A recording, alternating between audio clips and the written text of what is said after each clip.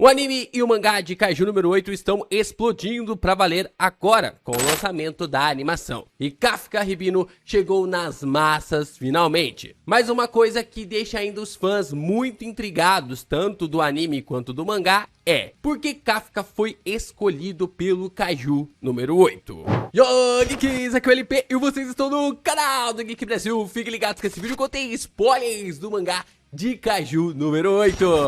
Sim, pessoal, vamos então comentar aqui, trazer um vídeo para questionar por que o Kafka foi escolhido então pelo Kaiju número 8. Por que ele teve essa posição sendo dada para o personagem durante toda a trama? É o que a gente vai discutir logo depois de você deixar o seu like, se inscrever aqui no canal, compartilhar esse vídeo com os seus amigos. É muito importante você se inscrever no canal do Geek Brasil e isso nos ajuda pra caramba a fazer com que a plataforma indique ainda mais os nossos vídeos. E é claro, se você é fã de Kaiju, prepare-se, porque tem muito conteúdo vindo por aqui. Eu esperei muito por esse momento. Se vocês forem na playlist aqui do canal, vocês vão ver que a gente é um dos primeiros a falar de Kaiju aqui no YouTube. Então, chegou o meu momento, chegou o nosso momento pra gente falar dessa história.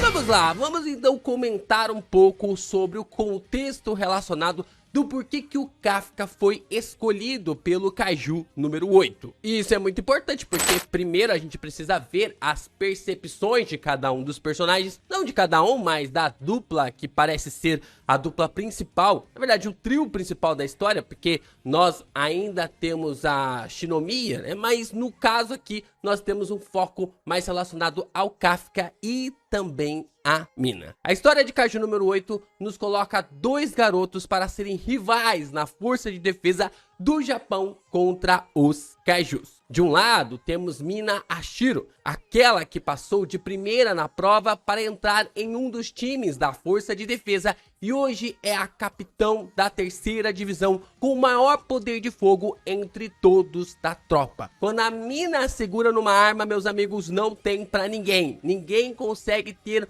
um poder de fogo maior do que o dela. E assim ela acaba com todos os Kaijus que entram na sua mira. Do outro lado, temos apenas Kafka Ribino. E só.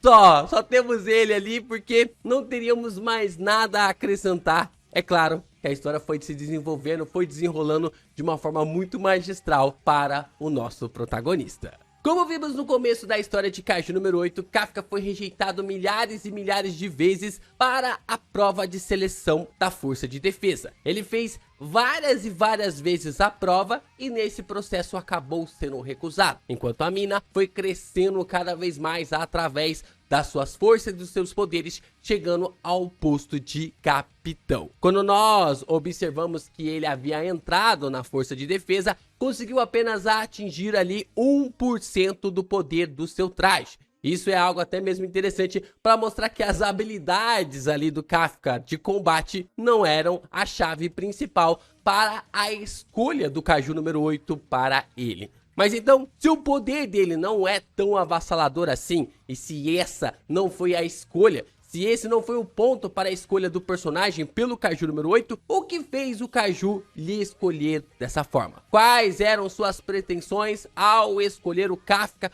como seu portador? O que o Kaiju número 8 queria ao escolher o Kafka Ribino para portar as suas habilidades? No capítulo 1, quando vemos ele possuir o Kafka, o Kaiju número 8 mostra que estava procurando por ele. E quando o encontrou no hospital, ele finalmente solta quase como se fosse um grito de que ele havia ali encontrado. Quase se fosse ali uma fala de alívio de que finalmente havia encontrado. Dessa forma, vemos que durante todo esse tempo, o Kaiju número 8 ficou sem aparecer. E vai ressurgir no capítulo 36, quando Isao começa a confrontar o Kafka achando que ele era um Kaiju, achando que o personagem não teria como tomar o controle do corpo do Kaiju número 8, mas Logo nessa batalha, o Kafka acaba perdendo o controle do corpo, e a gente pode observar que isso ocorre pela primeira vez. E emite, assim, o Kaiju número 8 acaba emitindo ali duas palavras de forma bem interessante e enigmática: matar Kaiju. Será que o Kaiju número 8 esteve todo esse tempo ao lado da humanidade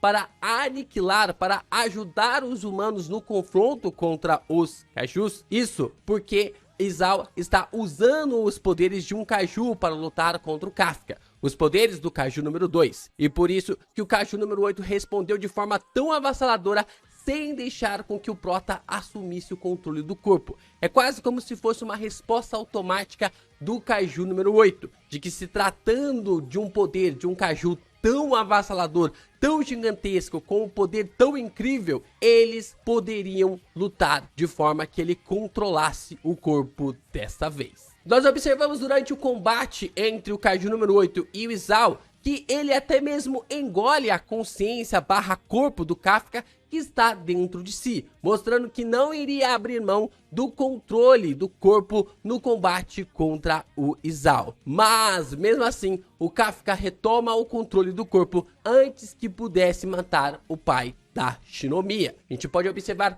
que o Kafka sempre esteve lutando e pensando. É claro que a mina foi ali a chave para trazer ele de volta, porque ele ainda quer lutar ao lado da capitão da 3ª divisão, e isso foi a chave para que o personagem pudesse retornar à sua consciência e assim parar o Kaiju número 8. Então vem a bomba do capítulo 107. No último capítulo, o Kaiju número 9 faz vários questionamentos sobre a humanidade. Ele quer saber mais e mais sobre os seres humanos. Perguntas filosóficas, perguntas simples ou até mesmo perguntas éticas. Ele quer saber mais sobre os seres humanos. E é claro, ele também quer saber um pouco mais sobre o que pode acontecer com a fusão de Kaijus com os humanos. E dessas várias questões, 3 chamam a atenção em relação aos Kaijus. O que aconteceria se um Kaiju do tipo planta parasitasse o cérebro de um humano? A outra questão é: seria possível transformar humanos em Kaiju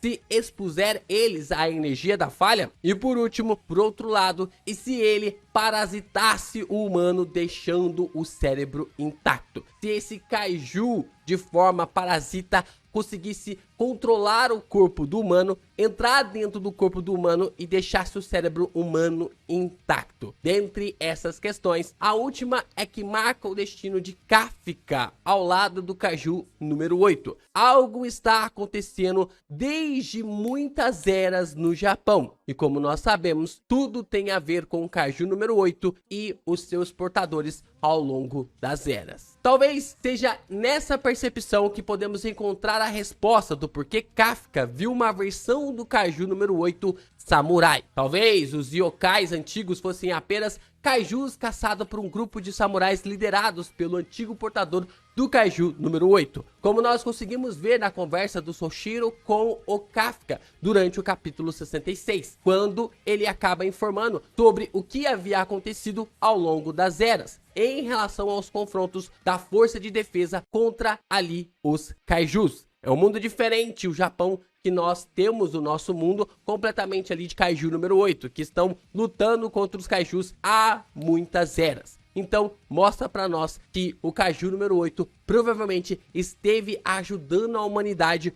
ou sendo manipulado pela humanidade para que pudessem lutar contra as forças dos Kaijus. E visto como a Shinomiya conseguiu ver o fantasma da sua mãe na maneira como deveria lutar com a sua armadura, a gente pode até mesmo observar que o Kafka estaria vendo o fantasma antigo que controlou o seu poder. Mas acredito que é nessa batalha com o Isao e esses questionamentos do Kaiju número 9 que possam trazer para nós a resposta do porquê o Kaiju número 8 escolheu o Kafka. E podemos até mesmo chegar em duas partes. Dessa forma, podemos enxergar que a primeira é que o Kafka sabe como ninguém como funciona as partes dos corpos dos Kaijus. E quando não sabe, ele entende de forma muito rápida o seu funcionamento. No capítulo 1, antes de se transformar em um Kaiju, Kafka avisa um colega de trabalho para tomar cuidado com uma das partes do corpo que estava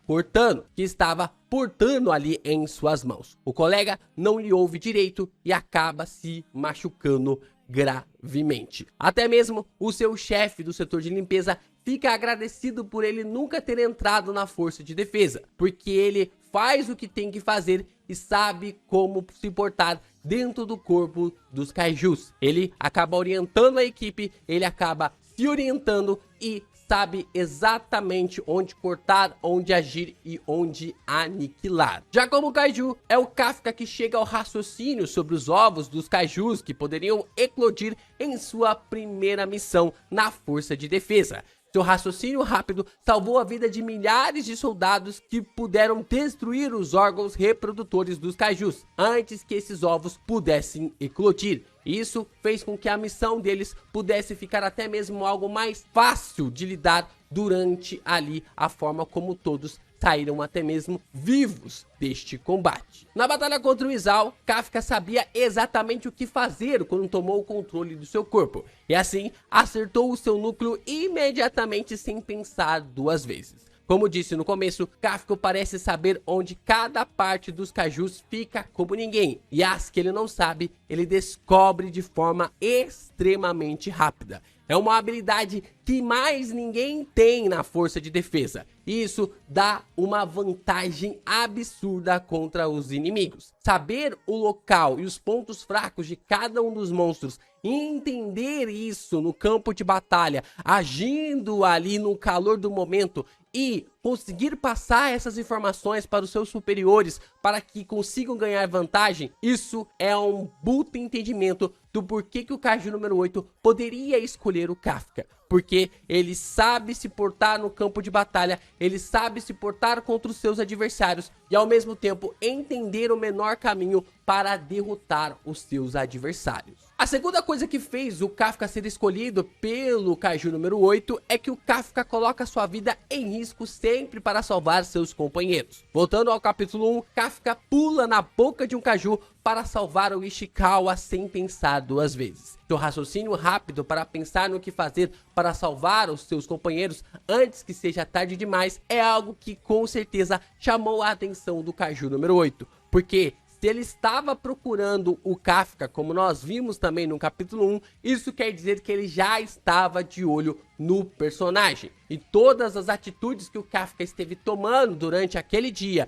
e nos dias anteriores para ajudar os seus colegas, para ajudar os seus amigos, foram algo crucial para que o Kafka fosse escolhido. Dessa forma, essas duas coisas combinadas foram suficientes para que o Kaiju número 8 começasse a procurar o Kafka. E assim que o encontrou, escolheu o personagem, escolheu o Prota para lhe parasitar, sem que afetasse o seu cérebro. É muito interessante que essas coisas vão sendo construídas ali na história, vão sendo fundamentadas ainda mais em Kaiju número 8, e tudo isso vai se levantando através de questionamentos também do Kaiju número 9. Vamos ver o que isso ajudará o Kafka em seu combate contra o Kaiju número 9. O entendimento rápido sobre o corpo do número 9 terá a chave para lhe derrotar. Vamos ver como esses dois personagens, tanto o Kaiju número 8 como o Kafka, vão se comportar. E se o número 8